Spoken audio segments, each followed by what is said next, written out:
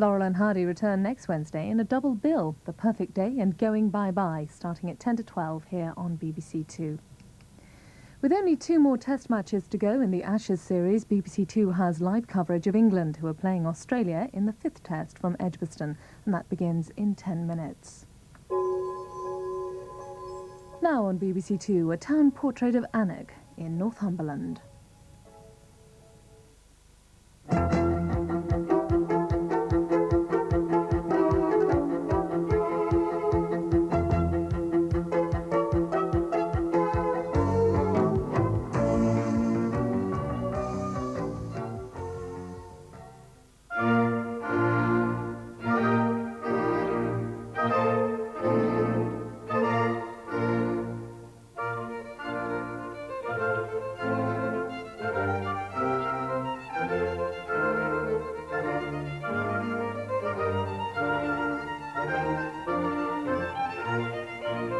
If you were to ask a child to design a castle, it would look just like that.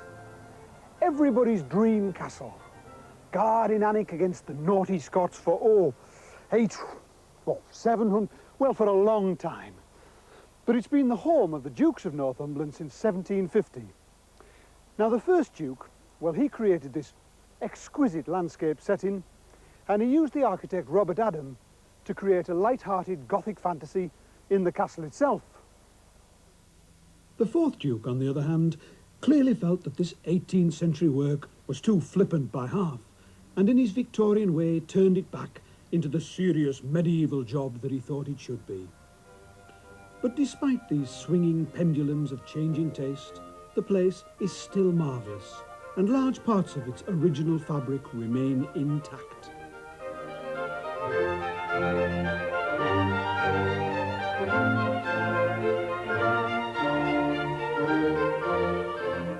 And from the magnificence of the castle, we move into the town, into Bailiff Gate, this spacious and tree-lined square, lined with dignified houses, which decrease slightly but noticeably in size and status the further they are from the castle.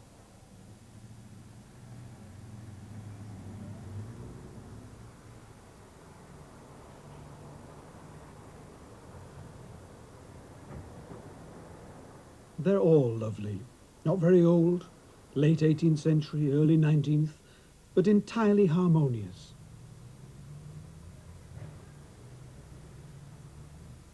Differing slightly from each other in size and detail, but held together by a unity of scale and a unity of building materials. And the street ends as well as it began, with St. Michael's Church, the finest 15th century church in the county, a beautiful example of the perpendicular style. And talking of ending, it rather looks from here as if we've come to the edge of Annock.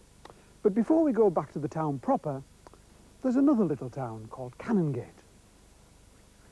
I call it a town because it used to have a mayor all of its own for some reason, but in reality it's just a single little street of houses for workers on the Duke's estate, like exquisite little dolls' houses. I wouldn't mind even being a chambermaid if I could live in one of these. These at the bottom of the street have recently been beautifully altered and extended by the local architects Revel and Carhill, who've taken tremendous care with the stonework and the handling of traditional form. When you read the books on historic architecture, the names of all the famous architects roll out at you. Inigo Jones, Sir John Vanbrugh. But when you actually walk the streets of a town, even a beautiful town, you see nothing by people like that. 99% of what we look at is by purely local men, firms that never step out of their area, and yet over the years they can have a tremendous impact on their local townscapes. Here's Hotspur Place, for example, another Revel and Carhill job, which shows a similar regard for human scale and careful use of materials. This particular firm, we could probably choose one in any of the towns we've visited, have been going for over 100 years now. They did this exceptionally original church hall in 1904, and in the same year designed the equally excellent Lloyd's Bank in the main street. Really grand, lifts the architectural tempo a little bit with its solid doors. And opposite that, the firm's first design, at least the first one that I know about, the Robertson Fountain of 1890. Still working. And behind that, a plaque, presented in our very own Townscape Awards. It was awarded last year for the way in which these cobbles were relaid by an MSc group, thus enhancing the townscape and, of course, the floorscape of Alnwick. The other plaque was awarded at the same time by the local civic society, one of those excellent local organisations which are such a thorn in the flesh of the would-be vandals. The old post office just up the road is an example of a fine building rescued by the persistent efforts of the civic society. Actually, when you look around Alnwick, you're conscious of how little damage has been done. Where are the garish plastic fascias of the chain stores? By and large, they're not here, and that's due mainly to the civic society, who've developed cooperation and good practice with the shop owners, so that there's still a consistency here that's been lost in many towns. Controls, planning, they've always been difficult issues. Even in medieval times, this town had to be planned. The plots seem to have been laid out in multiples of 28 feet, which must have caused as many arguments as any other system. But Alnwick has one particularly sympathetic solution to the problem of planning. What happened was this. In the early 19th century, a local developer called John Lambert bought a field called the Green Bat Field, don't ask me why, which he divided up into plots to be sold off. His surveyor and architect, another local chap called William Smith, drew up a plan in which it was stipulated in the deeds that the houses built should be 2 stories, that they should be faced in ashlar, that means beautifully faced stone like that they should be roofed in slate blue, and that was Welsh slate, of course, which at that time was just beginning to arrive in the northeast, and that they should be completed within 2 years of purchase. The result is this quite wacko area, which I love.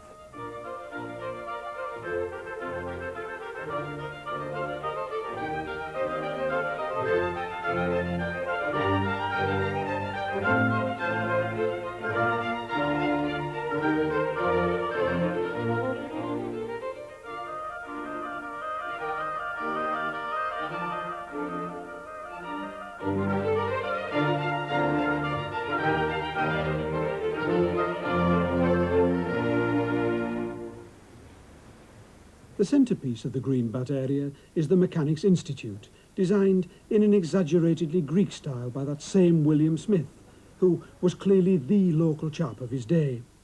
He also designed the Savings Bank of 1835 in the most light-hearted and delicate of Gothic styles. So much detail in such a small space, and yet it doesn't look overcrowded. And what a marvellous way to turn a corner. Alnwick's full of good corners. If you read the guidebooks, they'll tell you about the castle, about Robert Adam and Capability Brown, Anthony Salvin, national names. But my memories of Alnwick are of local chaps, Revel and Carhill, William Smith, and as that bloke on the good old days used to say, chiefly yourselves, the civic society. Because towns are really made up of local people caring, doing the best they can. And in Alnwick's case, that's worked.